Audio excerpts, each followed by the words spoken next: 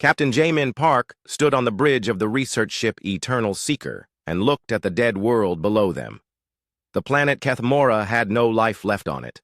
No plants, no animals, no cities. Just empty rock and dust floating in the cold darkness of space. But something important was down there. The galaxy's best scientists had spent years trying to find this place. They had followed old maps and ancient stories to reach this forgotten world at the edge of known space. The ship carried 5 beings on this mission. Jamin led the team as captain. Dr. So-Young Kim was their best expert on old alien things. Lieutenant Woo Jin Lee handled weapons and kept them safe. They also had 2 alien friends helping them. Kristek Velnara was made of living crystal and knew more about ancient history than anyone. Hive Singer Kliktar looked like a giant bug but could fight better than 10 human soldiers. So-Young checked her equipment one more time. She had tools to dig through rock and machines to read old writing. Her job was to find things left behind by people who died long ago. Many worlds in the galaxy had ruins on them. Some were from races that still lived. Others came from beings that no one remembered anymore. Kethmora was different. The stories said it held secrets older than any other place in the galaxy. Woo Jin prepared the landing craft while checking his weapons. Dead worlds could be dangerous. Sometimes old machines still worked and tried to kill visitors. Sometimes pirates hid in empty places like this. He would keep the team safe while they worked. His job was simple but important. Scientists could not study old things if they were dead. Kristek Velnara made musical sounds that meant excitement in her language. Her crystal body changed colors from blue to bright white. She had studied the old texts about this world for many years. The writings spoke of something called the Codex Stellarum Mortis. That meant star map of death in the old universal language. No one had ever found it. Many believed it was just a story. Hive Singer Kliktar clicked his mandibles together. His people did not get excited easily, but even he felt something special about this mission. The Zephyrian warrior had fought in many battles across the galaxy. He had seen terrible weapons and powerful enemies. But the stories about what might be on Kethmora made even him nervous. The landing craft broke through the thin atmosphere and touched down near a massive crater. The team put on their environment suits and stepped onto the surface.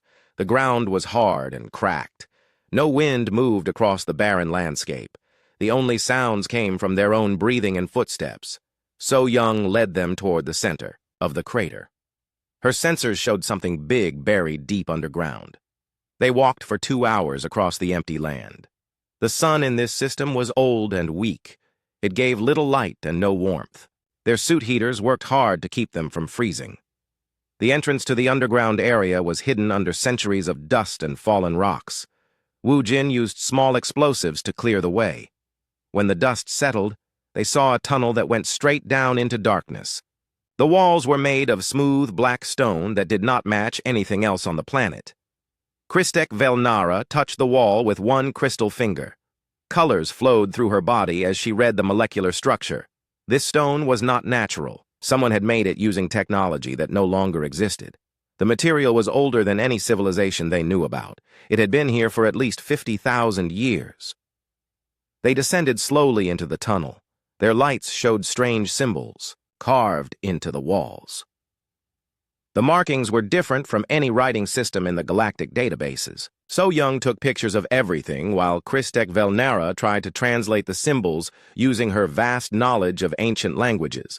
After walking down for nearly an hour, they reached a huge chamber. The room was bigger than a city block and filled with mysterious machines. Most of the equipment was broken and covered in dust, but in the center of the chamber stood something amazing. A crystal formation reached from floor to ceiling. It was perfectly clear and seemed to glow, with its own inner light. So-Young approached the crystal carefully. Her instruments detected incredible amounts of energy stored inside it. The crystal was not just beautiful, it was some kind of advanced computer or storage device. Information flowed through its structure in patterns too complex for human minds to understand. Woo Jin set up a security perimeter around the crystal while the others studied it. He had learned to trust his instincts over many years of dangerous missions. Something about this place felt wrong. The chamber was too perfect, too ready for visitors.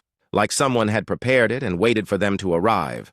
Kristek Velnara placed both hands on the crystal surface. Her entire body lit up with flowing colors as she tried to interface with the ancient device. Information flooded into her consciousness. Images of star systems and alien worlds, maps showing the entire galaxy as it looked long ago, and something else, something terrible. The crystal responded to her touch and began to project images into the air above them. A three-dimensional map of the galaxy appeared, showing millions of stars and thousands of civilizations. But this map was not from the present time. The stars were in different positions. Many worlds that now existed were missing. Others that were dead in modern times showed bright with life. So Young studied the projection with growing excitement. This was the greatest archaeological discovery in galactic history, a complete record of how the galaxy looked 50,000 years ago. She could see the rise and fall of entire civilizations, the birth of new species, and the extinction of others. It was like looking back through time itself.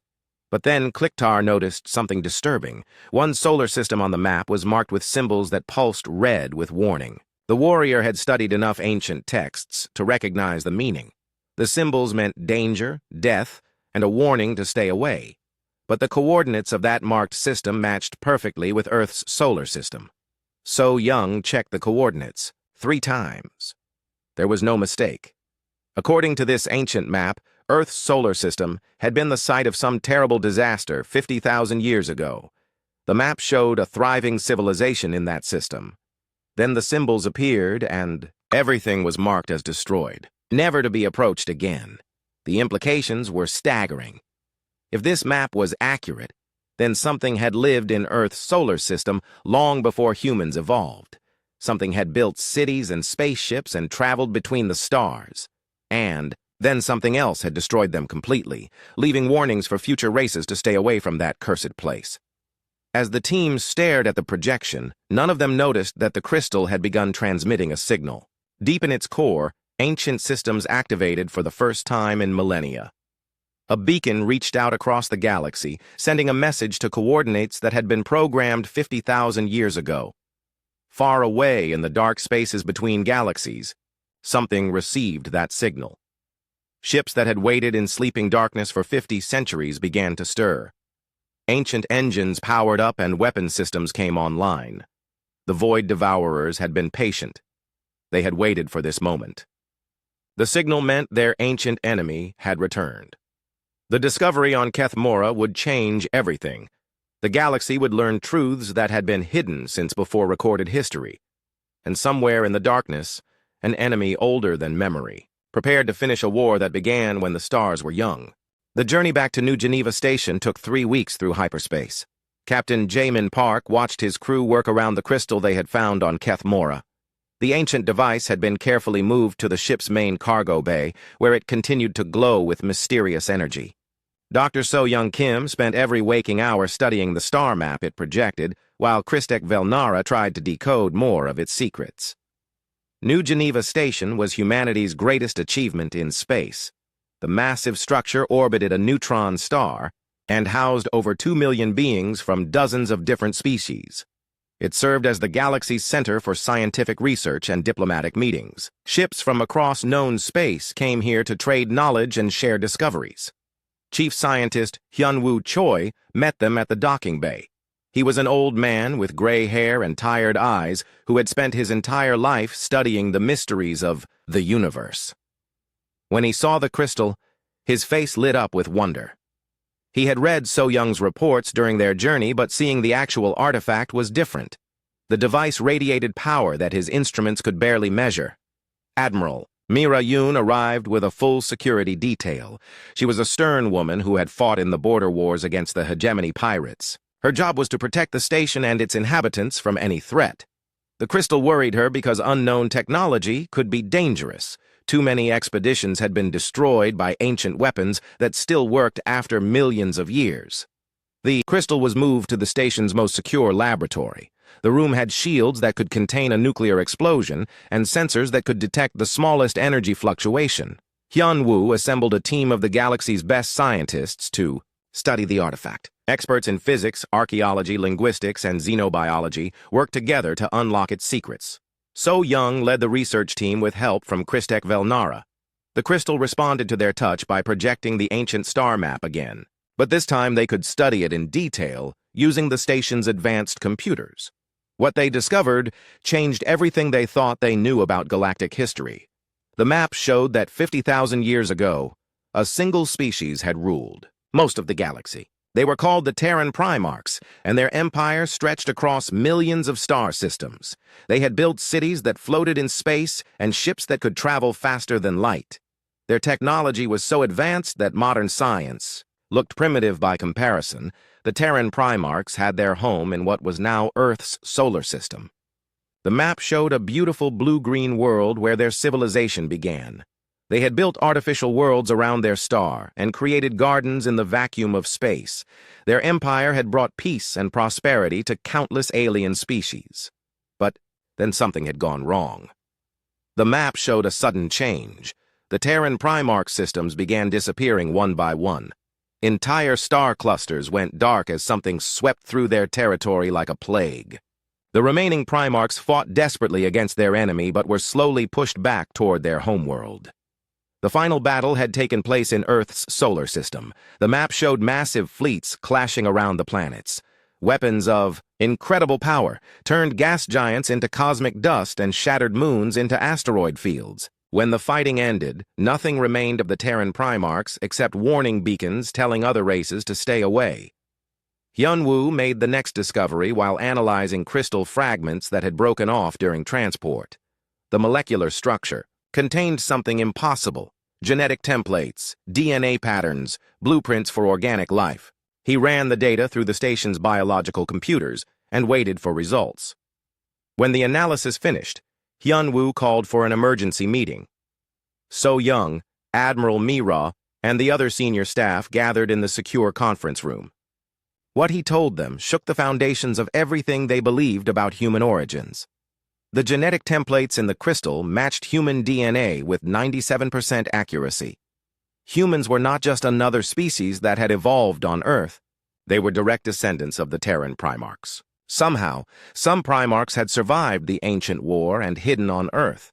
Over 50,000 years, they had forgotten their heritage and evolved into modern humanity. The implications were staggering. Humans were not newcomers to the galaxy. They were the children of its first great civilization. The blood of the ancient rulers flowed in their veins. They had once commanded an empire that spanned the stars, and they had been completely destroyed by an enemy that might still exist. Admiral Mira immediately contacted Earth Command to share this information. The news traveled through quantum communicators to every human colony and military base. Reaction was mixed. Some humans felt pride at learning about their noble heritage. Others were terrified that ancient enemies might return to finish what they had started. While the humans struggled with this revelation, other events were unfolding across the galaxy. Deep space monitoring stations began detecting strange energy, signatures in empty regions between the stars. Automated probes reported gravitational anomalies that should not exist. Something massive was moving through hyperspace but stayed hidden from direct observation. Fleet Commander Dong-Hyun Nam received the first confirmed reports of contact with the unknown force. A mining colony in the outer spiral had gone silent. When rescue ships arrived, they found nothing but empty space where the star system used to be. The star itself was gone. The planets were gone. Even the cosmic dust had been swept away.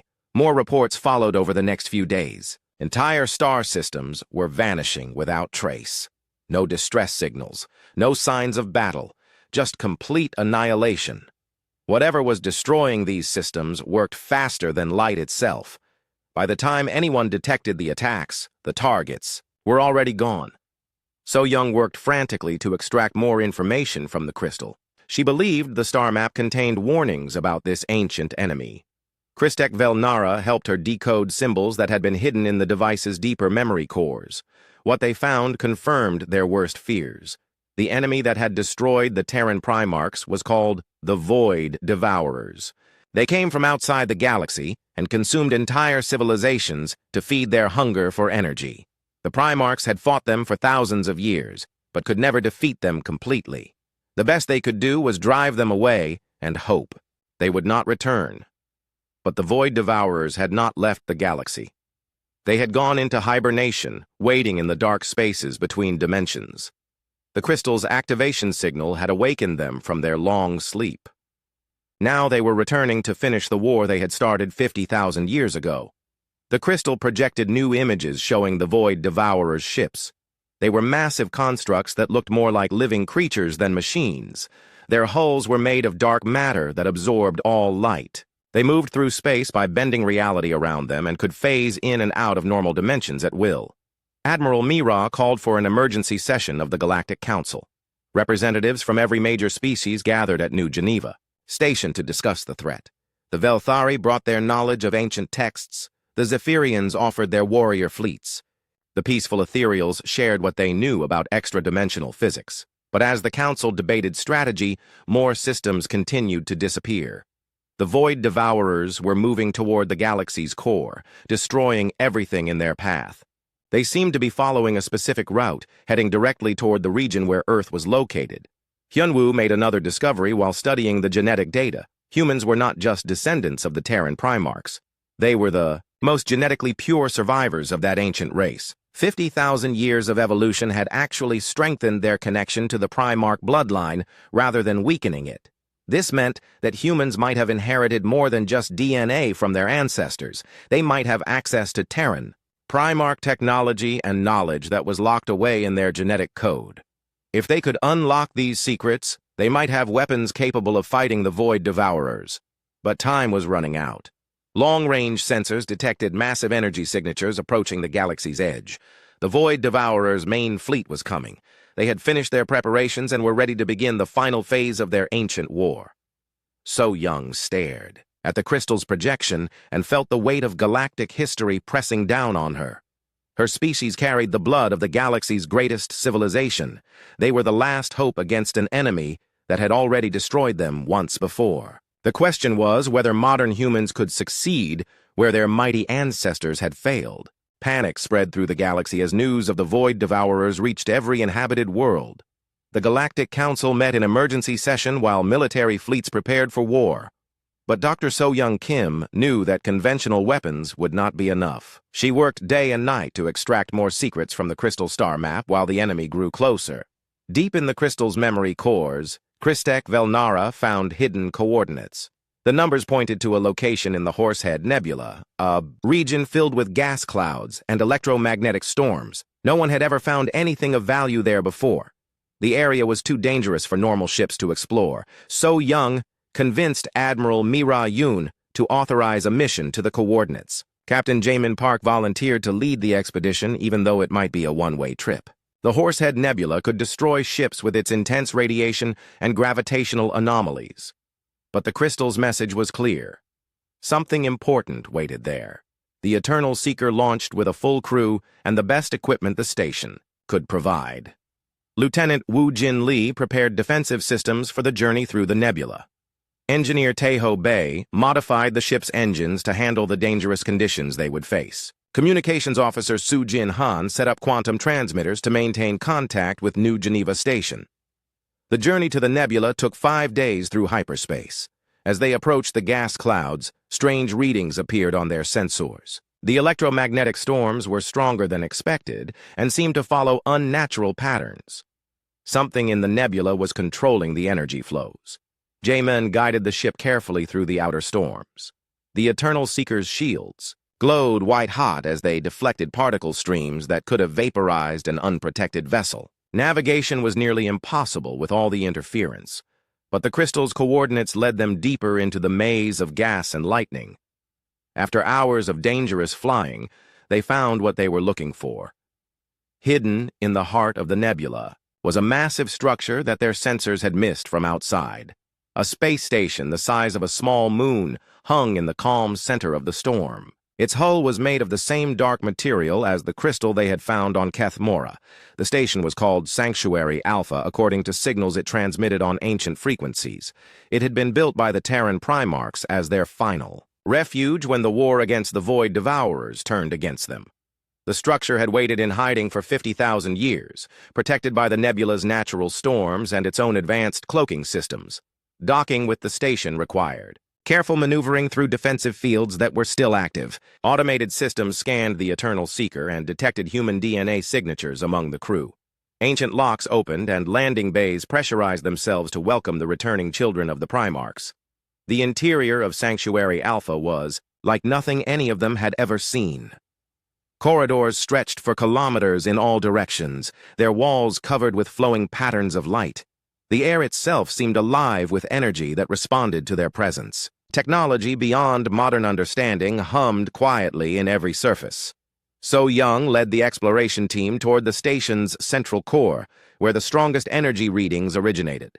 They passed through chambers filled with sleeping machines, and libraries containing the accumulated knowledge of the ancient empire. Everything was perfectly preserved as if the Primarchs had left only yesterday. In the deepest level of the station, they found the Consciousness Vault, a chamber filled with crystalline matrices that stored the mental patterns of the last Terran. Primarchs. These were not just recordings, but actual preserved minds that could think and communicate across the centuries.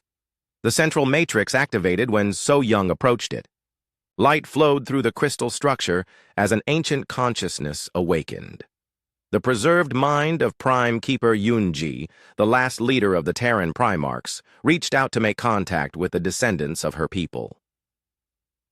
Communication was established through quantum resonance between Yunji's preserved consciousness and So Young's human brain. Information flowed between them faster than normal thought. 50,000 years of hidden history revealed itself in moments that felt like lifetimes. Prime Keeper Yunji explained the true nature of the war that had destroyed her civilization. The Void Devourers were not from this galaxy or even this universe. They came from a dying cosmos where all the stars had burned out and all life had ended. They traveled between dimensions, seeking new sources of energy to consume the Terran. Primarchs had not been the first civilization to face this threat. The Void Devourers had destroyed countless other galaxies before arriving here. They consumed the life force of entire species and used that energy to power their dimension-spanning fleets. No conventional weapon could harm them because they existed partially outside normal space-time. But the Primarchs had found a way to fight back. Deep in their most secret laboratories, they had developed something called the Genesis Protocol. This was not just a weapon, but a fundamental rewriting of the laws of physics within a localized area. It could force the Void Devourers back into their own dying dimension and seal the pathway behind them. The Genesis Protocol existed in 3 parts that had been hidden across the galaxy. The stellar core was concealed within Earth's sun, disguised as natural solar activity. The quantum catalyst was here on Sanctuary Alpha, built into the station's main reactor. The third component was the consciousness bridge, which required a living descendant of the Primarchs to activate. Yunji warned, So Young, that using the Genesis Protocol came with a terrible price. The weapon drew its power from the life force of those who activated it. The Terran Primarchs had been prepared to sacrifice themselves to save the galaxy, but the Void Devourers had attacked before the weapon could be completed. While So Young communed with the ancient consciousness, Lieutenant Woojin Lee explored the station's outer sections with his security team. They found weapon systems that could destroy planets and defensive shields that could withstand supernova explosions. But they also found something more disturbing. The station's power systems were failing. Sanctuary Alpha had been running on, stored energy for 50 millennia, and the reserves were nearly exhausted. The cloaking fields that hid the station from detection were beginning to fluctuate. They had perhaps hours before the concealment failed completely. Wu Jin reported his findings to Captain Jae-min Park, who immediately contacted New Geneva Station. Admiral Mira Yoon needed to know that humanity's greatest hope for survival might be discovered by the enemy at any moment. If the Void Devourers found Sanctuary Alpha, they would destroy it and eliminate any chance of completing the Genesis Protocol. Engineer Taeho Bei worked frantically to understand the Primarch technology and find ways to extend the station's power. The ancient systems were incredibly advanced, but also incredibly complex. He could see how they worked, but lacked the knowledge to repair or modify them without years of study. Communications Officer Soo-Jin Han monitored quantum frequencies for any sign of enemy activity. Long-range sensors showed that the Void Devourers were systematically destroying star systems in a pattern that led directly toward the nebula. They seemed to know exactly where to look for the hidden station. Prime Keeper Yun-ji shared more urgent information with So Young through their mental link. The Void Devourers had not forgotten about the Genesis Protocol. They remembered the weapon that had nearly defeated them 50,000 years ago. Their current attack was specifically designed to prevent its completion. The enemy knew that surviving Primarchs might still exist somewhere in the galaxy. They were destroying worlds in a calculated pattern to draw out any hidden descendants. When the survivors revealed themselves to defend innocent lives, the Void Devourers would be ready to eliminate them. But Yunji also shared hope, along with the warnings. The Genesis Protocol had been improved during the years since the original war. The weapon was now more powerful and required less energy to operate. If they could gather the three components and find someone with pure enough Primarch genetics, they might succeed where the ancients had failed. So Young realized that she was the key to everything. Her genetic analysis had shown the highest concentration of Primarch DNA among all tested humans. She was not just a descendant of the ancient race, but almost a direct reincarnation of their bloodline. The weapon would respond to her command, as it would have to a true Primarch. As the team prepared to leave Sanctuary Alpha with the quantum catalyst, alarms began sounding throughout the station. The cloaking fields had finally failed, and the nebula's storms were no longer hiding them from detection. Somewhere in the dark spaces between dimensions, ancient sensors had found their target. The Void Devourers were coming for Sanctuary Alpha. The race to complete the Genesis Protocol had begun in earnest. Humanity and its allies had only days to gather the weapon components and prepare for a battle that would determine the fate of all life in the galaxy. Admiral Mira Yoon stood in the command center of New Geneva Station and watched the largest military alliance in galactic history take shape. Ships from dozens of species filled the space around the station. The proud crystal vessels of the Velthari floated alongside the organic bioships of the Ethereals. Zephyrian hive ships swarmed in perfect formations, while human dreadnoughts powered up their weapons systems. Fleet Commander Dong Hyun Nam coordinated the massive armada from his flagship. He had fought in many battles across the galaxy, but nothing had prepared him for this scale of warfare. Over 10,000 ships answered the call to defend their homes against the Void Devourers. Every species contributed their best warships and most experienced crews, but even this incredible display of military might felt inadequate against the enemy they faced. Early encounters with Void Devourer scouts had shown that conventional weapons were useless. The enemy ships phased in and out of normal spacetime, making them nearly impossible to target. Their dark matter hulls absorbed energy blasts that could have destroyed planets. The first major battle occurred at the Velthari homeworld of Crystal Tar. The beautiful planet was famous for its living crystal cities that grew from the ground. Like massive flowers, billions of Velthari lived in harmony with their crystalline environment, creating art and music that could be heard across light years. When the Void Devourers arrived, they brought with them weapons of unimaginable destruction. Reality warped around their ships as they tore holes in space-time itself. The crystal cities that had stood for millions of years crumbled to dust in moments. The planet's core was consumed, leaving behind only empty vacuum where a world had once existed. Admiral Mira received reports of the battle through quantum communications. The defending fleet had fought bravely but achieved nothing. Energy weapons passed harmlessly through the enemy ships. Kinetic projectiles were absorbed by dimensional fields. Nuclear warheads exploded uselessly against hulls that existed in parallel dimensions. The loss of Crystal Tar sent shockwaves through the Galactic Alliance. If the Velthari homeworld could be destroyed so easily, no planet was safe. Refugee ships fled from the outer systems, while military commanders struggled to develop new strategies against an apparently invincible enemy. Meanwhile, Dr. So Young Kim worked desperately to complete the Genesis Protocol. The quantum catalyst had been successfully retrieved from Sanctuary Alpha before the station's destruction. Engineer Tae-ho Bae studied the ancient device with teams of human and alien scientists, trying to understand technology that was 50,000 years ahead of their own. The stellar core remained hidden within Earth's sun, disguised as natural solar phenomena. Retrieving it would require a dangerous mission into the star's outer layers using specially modified ships. The heat and radiation would destroy any normal vessel in seconds, but Terran Primarch technology offered possibilities that seemed impossible. Tae-ho worked with Prime Keeper Yunji's preserved consciousness to design a solar extraction vessel. The ancient AI provided blueprints for ships that could survive inside stellar cores.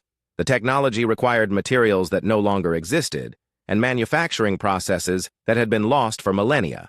But human ingenuity found ways to adapt modern technology to ancient designs. The extraction ship would use quantum phase armor that could shift slightly out of normal space-time.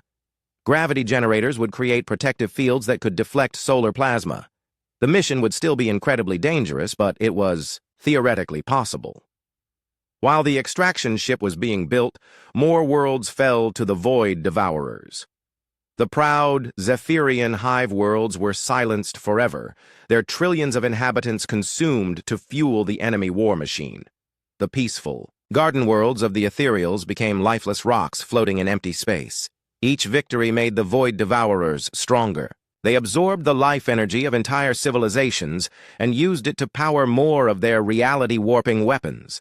Their fleet grew larger as they consumed matter from destroyed worlds to build new ships. The Alliance faced an enemy that became more powerful with every battle. Captain Jamin Park volunteered to pilot the solar extraction mission.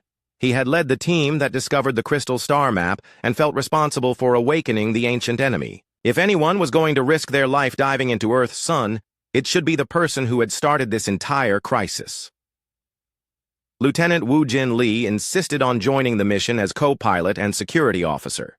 The stellar core might be protected by ancient defenses that would try to kill anyone who approached it. Two pilots would have a better chance of completing the mission if one was killed or incapacitated during the extraction. Communications officer Su Jin Han monitored quantum frequencies and made a disturbing discovery. The Void Devourers were not just randomly attacking systems. They were following the same pattern that had led them to find Sanctuary Alpha. Somehow, they knew about the Genesis Protocol and were trying to prevent its completion. The enemy had intercepted transmissions about the solar extraction mission. They knew exactly where to find the stellar core and were redirecting their main fleet toward Earth's solar system. The final battle would take place in humanity's home system, just as it had 50,000 years ago. Sujin's analysis showed that the Void Devourers would arrive at Earth in less than 72 hours. The solar extraction had to be completed before then, or the mission would become impossible. Once the enemy fleet arrived, no ship would be able to approach the sun without being destroyed. Admiral Mira gathered the remaining Alliance forces around Earth's solar system. The battered fleets that had survived earlier battles took defensive positions around the planets. They would buy time for the extraction mission, even though they knew conventional weapons could not stop the enemy. The modified extraction ship launched from Earth's orbital shipyards with Captain Jamin Park and Lieutenant Wu Jin Lee aboard. The vessel looked nothing like a normal spacecraft. Its hull was covered with heat-resistant materials and quantum phase generators. Solar collectors were designed to channel stellar energy into the ship's experimental power cores. As the extraction ship approached the sun, its sensors detected massive energy signatures in the corona. The stellar core was buried deep within, the star's outer layers, exactly where Prime Keeper Yunji had said it would be. But getting to it would require flying through temperatures that could vaporize entire moons. The ship's quantum phase armor activated as they entered the solar atmosphere. Reality flickered around them as the vessel shifted slightly out of normal space-time. The intense heat and radiation were reduced, but not eliminated. Even with their advanced protection, the extraction would push their equipment to its absolute limits. Jamin piloted the ship deeper into the sun while Wu Jin monitored the stress levels on their hull. Warning alarms sounded constantly as systems overheated and energy fields fluctuated. They had minutes at most before the quantum generators would fail and leave them defenseless against the stellar furnace. The stellar core appeared on their sensors as a massive crystalline structure floating in the star's plasma streams. It was beautiful and terrifying at the same time, pulsing with energies that could have powered entire civilizations. Retrieving it would require precision flying in conditions that made normal space combat look easy. Wu Jin activated the extraction beam while Jamin held their position against solar currents that tried to tear the ship apart. The beam locked onto the stellar core and began the delicate process of removing it from its 50,000-year hiding place. One wrong move could trigger a solar flare that would sterilize Earth's entire system. As the extraction proceeded, Long-range sensors detected the approaching Void Devourer fleet. Hundreds of reality-warping ships emerged from dimensional rifts at the edge of the solar system.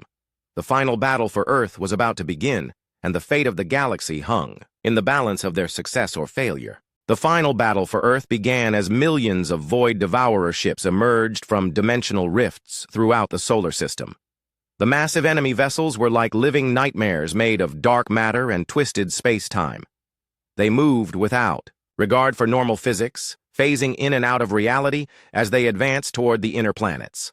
Admiral Mira Yoon commanded the combined galactic fleet from her flagship, while Captain Jaemin Park and Lieutenant Woojin Lee raced to complete their mission inside the sun. The extraction of the stellar core was nearly finished, but the process could not be rushed without risking a solar catastrophe that would destroy Earth before the enemy arrived. Fleet Commander Dong-Hyun Nam led the first wave of defenders against the Void Devourer advance guard. His ships fired everything they had at the approaching enemy, but their weapons passed harmlessly through hulls that existed in parallel dimensions. The alien vessels responded with reality-warping beams that tore holes in space-time itself. The human dreadnought Soul's Pride was the first casualty of the battle. Reality collapsed around the massive warship as a Void Devourer weapon struck its hull. The ship and its crew of 10,000 simply ceased to exist, leaving behind only empty space where they had been fighting moments before. But the Alliance fleet did not retreat. They knew that conventional victory was impossible, but they could. Still by time for the Genesis Protocol activation, Velthari crystal ships rammed enemy vessels in desperate suicide attacks. Zephyrian bioships released swarms of fighter craft that harassed the Void Devourers with coordinated strikes. Dr. So-Young Kim worked frantically in her laboratory aboard New Geneva Station to prepare the Genesis Protocol for activation. The FWAR quantum catalyst pulsed with ancient energies while Chief Scientist Hyunwoo Choi ran final calculations on the weapon system. They had only one chance to get this right. Engineer Tae-Ho Bae had made a crucial discovery while studying the Terran Primarch archives. The Genesis Protocol could be modified to preserve consciousness even while destroying physical matter. Instead of simply sacrificing themselves to power the weapon, humans could encode their minds into the quantum structure of space-time itself. The modification would allow humanity to survive as eternal guardians of the galaxy. They would no longer exist as biological beings, but their consciousness would become part of the fundamental forces of the universe. They could appear when needed to protect other species from threats like the Void Devourers. Inside the sun, Jaemin and Woojin finally secured the stellar core and began their escape from the stellar atmosphere. The crystalline artifact was larger than their ship and radiated power that interfered with their navigation systems. Getting it safely to the surface would require all their skill as pilots. The quantum phase armor was failing under the stress of prolonged exposure to stellar conditions. Hull plates glowed white-hot despite their advanced cooling systems. Warning alarms indicated that they had less than 10 minutes before their protection collapsed completely.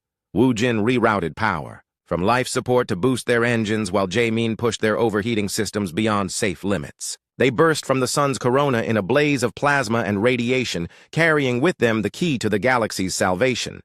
But they were not safe yet. Void Devourer interceptors had been waiting for their emergence. The enemy ships moved to attack the extraction vessel before it could reach the main fleet. Reality warped around the pursuing craft as they closed in for the kill. The human destroyer. Busan's hammer interposed itself between the extraction ship and the enemy pursuers. Captain Young-Soo Hwang ordered his crew to ram the leading Void Devourer vessel at maximum speed. The collision destroyed both ships, but allowed Jaemin and Woojin to escape with their precious cargo.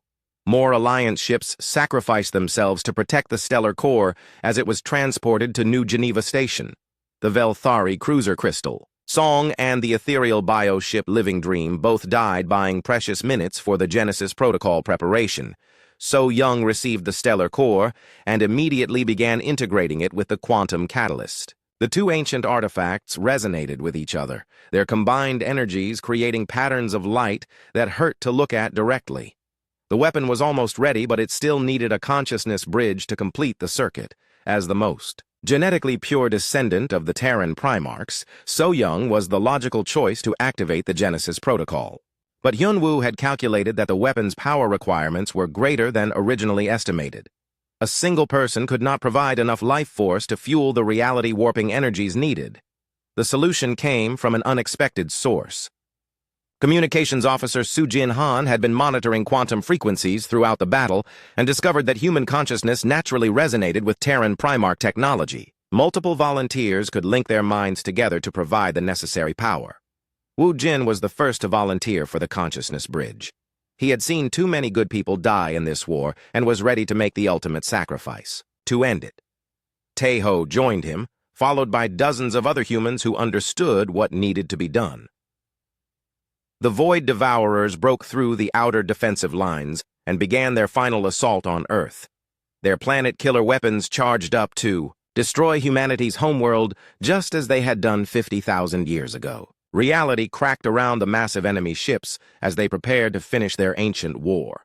So Young activated the Genesis Protocol with tears streaming down her face.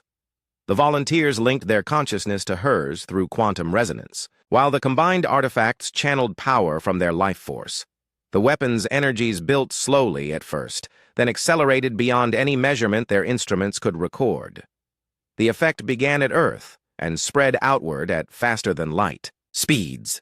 Space-time itself was being rewritten according to new rules that excluded the Void Devourers from normal reality. The enemy ships found themselves being forced back into their home dimension as the modified laws of physics rejected their existence. Woo Jin was the first to fade as his life force was converted into pure energy. His consciousness merged with the quantum foam of space, while his body dissolved into light. Tae-ho followed moments later, his final words being a message of hope for the future. One by one, the volunteers gave their lives to power the weapon that would save the galaxy. Their consciousness joined the growing network of human minds that were becoming part of the universe itself. They could feel their individual identities changing as they became something larger and more eternal. The Genesis Protocol reached full power and discharged in a wave of purified space-time that swept across the entire galaxy. Everywhere it touched, the Void Devourers were torn from reality and banished back to their dying dimension. The dimensional rifts that had allowed them, entry sealed permanently behind them. So Young was the last to fade, her consciousness becoming the central node of humanity's new existence. As her physical body dissolved, she felt her awareness expand to encompass entire star systems. She could sense every human mind that had joined the quantum network, and felt their combined determination to protect the galaxy. When the light faded, the Void Devourer fleet was gone. The dimensional rifts had vanished without trace. The immediate threat to galactic civilization had ended. But humanity, as a biological species, had paid the ultimate price for this victory. Admiral Mira Yoon found herself alone on the bridge of her flagship, surrounded by empty uniforms and personal effects. The human crew had vanished, but she could feel their presence in a way that was difficult to describe. They were still there, just existing in a different form. Across the galaxy, other species began to rebuild their shattered civilizations. The survivors mourned their human allies while celebrating their freedom from the ancient threat. Children, born in the years that followed, would grow up in a universe where the Void Devourers were just a story from history. But sometimes, spacers reported seeing ghostly figures during moments of crisis. Human forms that appeared to offer guidance, protection, or hope when all seemed lost. The galaxy's new guardians kept their eternal watch, ensuring that no force would ever again threaten the peace their sacrifice had purchased. Captain Jae-min Park, now existing as a quantum consciousness, delivered a final message that echoed across space and time. His voice reached every inhabited world, speaking directly to the hearts of those who listened. "We are still here," he said. "We are still watching, and we will never let the darkness return." The galaxy entered a new age of peace and prosperity, protected by guardians who had transcended physical existence to become living embodiments of hope itself. The greatest sacrifice in galactic history had not been made in vain, and the stars shone brighter knowing that humanity's eternal vigil would never end.